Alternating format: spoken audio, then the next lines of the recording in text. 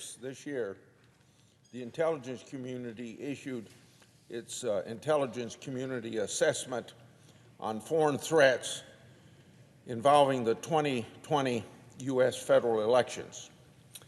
Based on that report, some in the liberal media have falsely claimed that my and Senator Johnson's Hunter Biden-related oversight activity last Congress were based on Russian disinformation. Even Peter Strzok felt the need to chime in on Twitter to say that we received Russian disinformation. I don't know how many times I have to say it, but such claims are false and misleading. To be precise, Senator Johnson and I didn't receive, solicit, or rely upon any information from Andrei Derkash, and we publicly said so many times. I don't know how many times last fall I was on this floor of the United States Senate trying to explain that to the people that were making those accusations. It seems like Strzok pays just about as careful attention to these facts as he did to the crossfire FISA applications. Of course, Twitter lets disinformation about the Steele dossier run wild on their platform, yet shuts down still unrefuted reporting on Hunter Biden before the 2020 election. In other words, we have a double standard.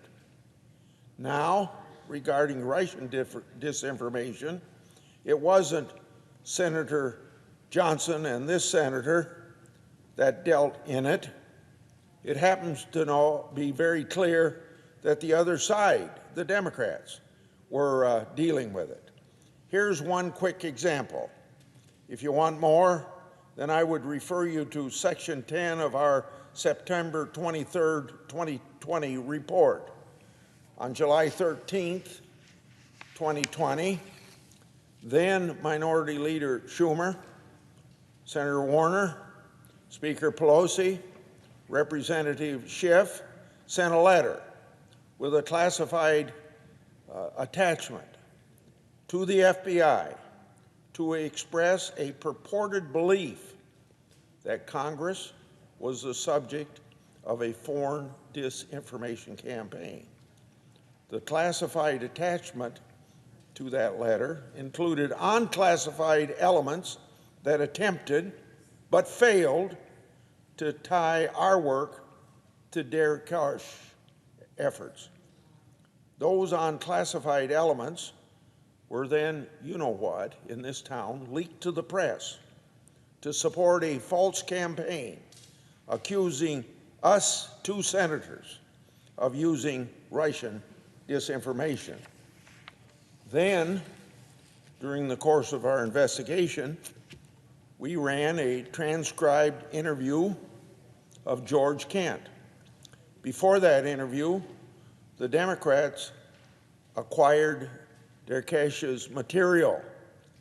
During that interview, they asked the witness about it. He stated, quote, "What you're asking me to interpret is a master chart of disinformation and malign influence," end of quote.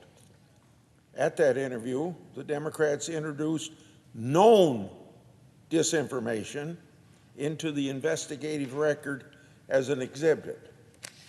More precisely, the Democrats relied upon and disseminated known disinformation from a foreign source whom the intelligence community warned was actively seeking to influence U.S. politics.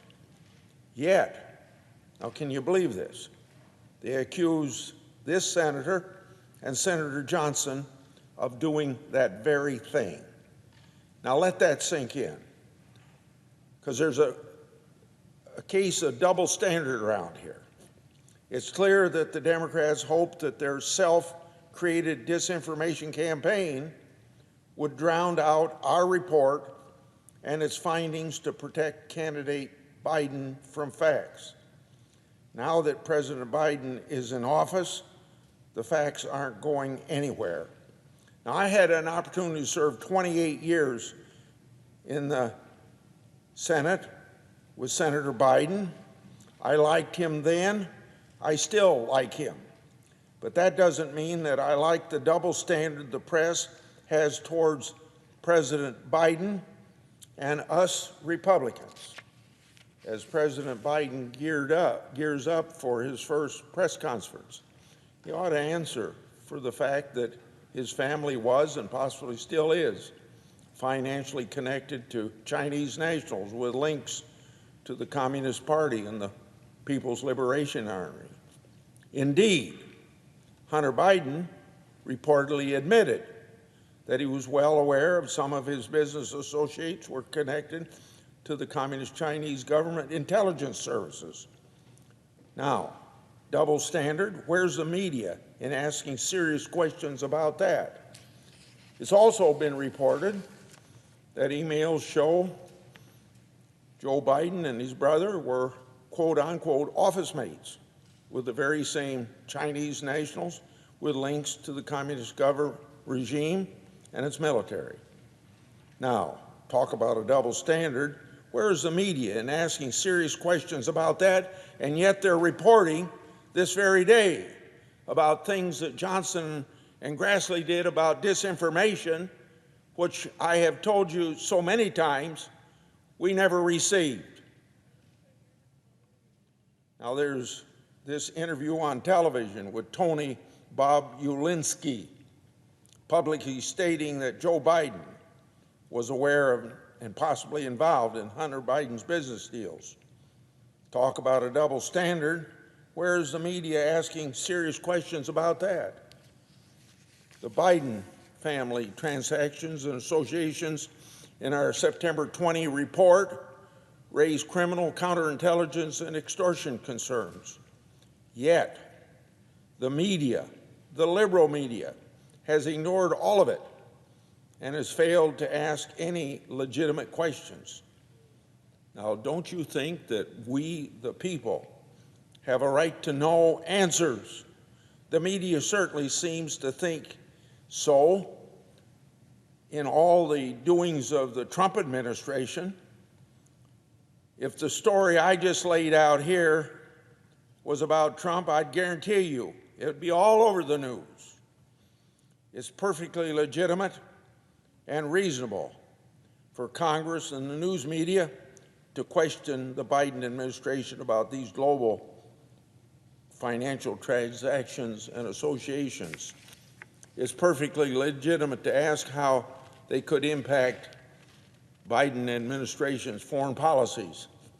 That's especially true as it relates to China, given the extensive links between Biden family and that country. Let's see if anyone dares to ask questions at the president's first news conference.